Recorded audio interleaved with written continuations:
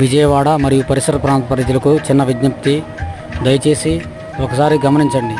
ఈ కాలంలో మీరు చూస్తున్నారు కదా, ఈరోజు వినాయక చవితి పండుగ సందర్భంగా ప్రజలు ఒక పక్క కాలువలు నిండిపోయి వరద ప్రవాహం బయటకు పోక అది జనావాసాల్లోకి వచ్చి ముంపుతో అనేక గ్రామాలు, అనేక ప్రాంతాలు నీటి మునిగిపోయి ఇంకా జీవితం అస్తవ్యస్తంగా గడుపుతున్న పరిస్థితులు.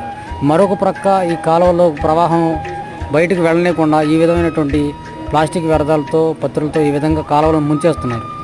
ఇలా నింపడం వల్ల ప్రవాహం బయటకు పోక అది పూర్తిగా జనావాసాల్లోకి నీటిని వచ్చేసే పరిస్థితులకు తీసుకొస్తున్న అవకాశం కనబడుతుంది.